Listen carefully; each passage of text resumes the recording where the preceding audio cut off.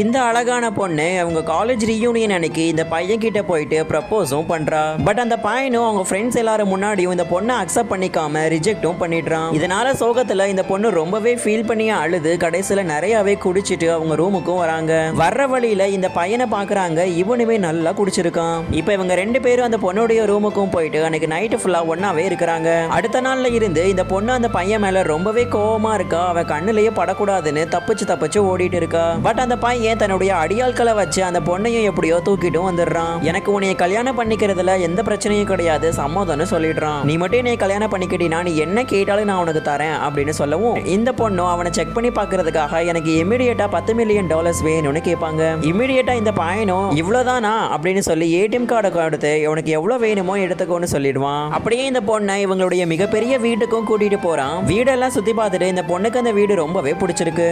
அப்புறம் வீட்டு சாவியை அந்த பொண்ணு கிட்ட கொடுத்துட்டு இனிமே இந்த வீட்டை நீதான் ரூல் பண்ண போற, பார்த்து பத்திரமா வச்சுக்கோன்னு சொல்லிடுவான். அன்னைக்கு நைட் இந்த பொண்ணு டோரை லாக் பண்ணாம குளிச்சிட்டு இருப்பாங்க. சடனா இவனுமே கதவை திறந்து உள்ள வந்துடுவான். இதனால அந்த பொண்ணுமே குளிச்சுட்டு வந்துட்டு ரொம்பவே கோவப்பட்டு கத்திட்டு இருக்காங்க. இந்த பையனும் அந்த பொண்ணு கிட்ட போயிட்டு இது நமக்கு ஆல்ரெடி கல்யாணம் ஆயிருச்சு, இதெல்லாம் ஒரு பெரிய விஷயமா அப்படின்னு சொல்லி பேசிட்டு இருக்கான். மறுநாள் இந்த பொண்ணு போறாங்க.